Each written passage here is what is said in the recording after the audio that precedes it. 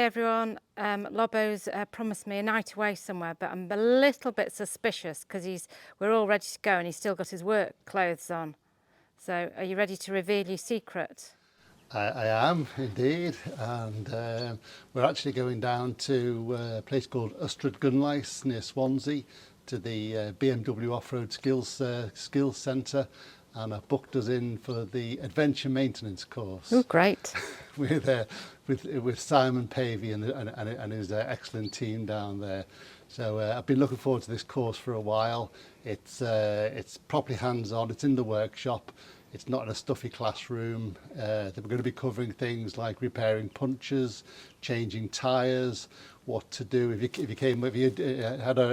you're in a water crossing and you came off. So this will be just right for you, this Dave, Dave Lee, if you're watching. So it should be good. Hi everybody, we're at the BMW Off-Road Skills Centre near Swansea, and we're with the top man himself, Simon Pavey, Dakar veteran, all things BMW. So today we're here. In fact, I've done 3 of Simon's courses now. I've done level 1, 2 and 3. Absolutely fantastic. Made to measure for our trip abroad, but I would also say they're fantastic for even people who are never going to go off-road, people who off-road, people who ride on the road. It can improve your road skills so much. So today we're doing the adventure maintenance course. Simon, maybe you could tell us this is a course that you designed yourself. Yeah, and hopefully it's a course that you don't actually need. That's the point of it, isn't it? Really? Yeah. No, we did it exactly for that. Aimed at people that just want to have that little bit more understanding of their bike, a little bit of knowledge, what you can fix on the road, when you actually need to get some help, get that bike into a truck and get to somewhere where you can get some help. But you're never obviously going to become a mechanic in one day. But I think also the great part of any adventure is actually, you don't want it to go wrong, but when something goes wrong, that's when it's really enjoyable. So having enough knowledge to get yourself into trouble and out of trouble, that's it. I think that's kind of the premise of all the courses, really, isn't it? A little bit of off-road knowledge will make you a bit braver to go and go down that road you might have otherwise turned away from, and then that's when the real adventure happens. And then when the real adventure happens, hopefully your adventure maintenance gives you enough to get back out of trouble again. So that's it. I bet you see that a lot of your clients, they'll have a bike like this and they'll hand it over to the BMW dealer, and they'll never take a spanner to a bike like this. No, totally. And you know, like that, that's obviously okay. That's the world we live in. It's fantastic, isn't it? But I think even when you're doing that, it's good to know enough to know when you should take it to the dealer before you get into trouble. And, that's, for me, that's what that kind of curriculum's about. And I think especially like you came from off-road a little bit more like I did as well. And I think, when we were in that off-road world, you sort of by necessity end up learning a bit about a bike anyway, because you usually go on motorbike racing because you've got no money, so you have to fix everything yourself. But it does give you that kind of good grounding. A lot of people that come through sports bikes or commuter bikes or whatever, they've never had any reason to have that understanding, but it makes you a safer rider. I think it helps you with your actual riding skill a bit as well, because you've got a bit of understanding of how the bike works. That's it. But yeah, like for me, as I say, the whole thing, everything we do is about opening up that the world that you're going to go and explore. That's it. There's no question that we're here week in, week out, encouraging people to do that. And then when we see guys like yourselves about to go off and do it, there's a little bit of jealousy. And I can't wait to see you in 8 months' time and hear the story. A bit more it's that time of year. yeah, for sure. Hey, you guys are going to see some temperature changes in your trip, though, aren't you? We really will. And one of the things I want to talk to you about after actually is about a cooling vest for Australia. Or just really good vented kit, because we don't really do that here, do we? No. Everyone, and you'll see in Oz, like everyone wears vented kit for sure. Right. But yeah, I mean, obviously you've got to then have the right kit for the whole rest of your trip, isn't it? So that's it. Layers. Parts of China, we're going up through the passes that are above 10,000 feet. Yeah. Through China. So it's all about layers. And we had it, not to bore people, but we had it on Dakar one year where we crossed the Andes back into Argentina, and we had -9 in the morning, and then later that day we were riding in 50.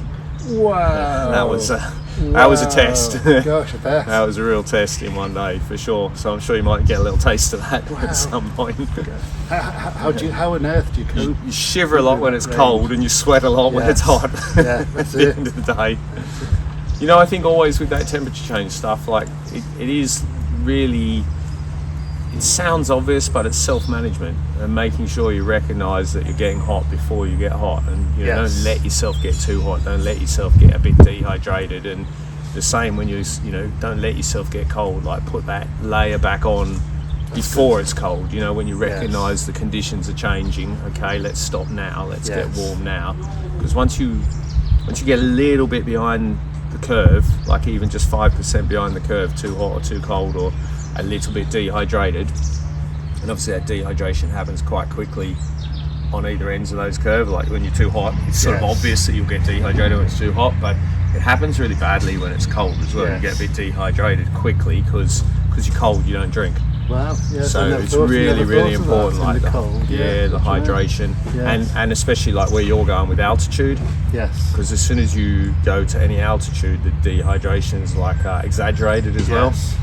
Lil had it on Dakar actually when we went over the Andes, like 5,000 meters, and he ended up on a drip for dehydration, but it was the altitude that kind of triggered the problem. Wow.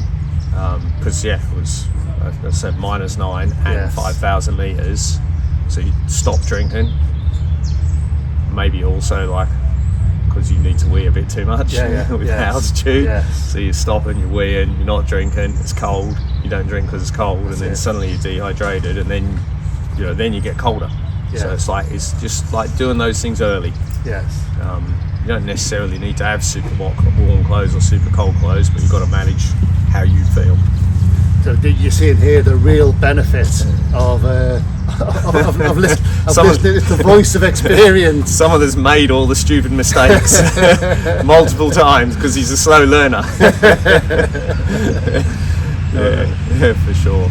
No, that'd definitely be my biggest advice, is like paying attention to how you feel early. Right, well, Simon, I know you're a busy man, so the call thank you enough for all the help you give us over the year. Today. If anyone's got any questions for me afterwards, I can always get them through to Simon. You certainly can. Yeah. No, an absolute joy. It's always been a joy. It's been a pleasure. Many years and many more to come. Thank you, Simon. Cheers. Cheers.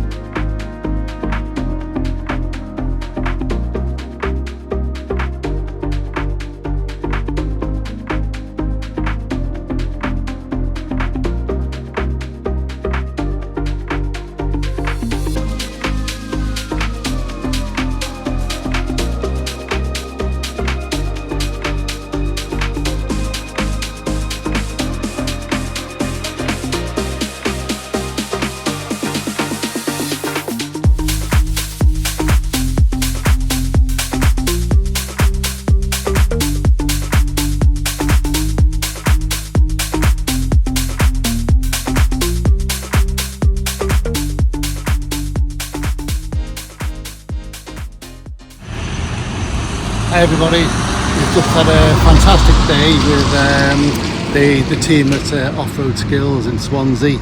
A really good day. We've just been doing the adventure maintenance course here the full day. It's been a revelation. I thought I knew a lot about bikes, BMW, do some of the servicing myself, but things like tyre changing, fixing punctures, been a really worthwhile day. So thank you to Simon and Linley thanks to Sam and James for the instruction, and it's been a really good day, very worthwhile.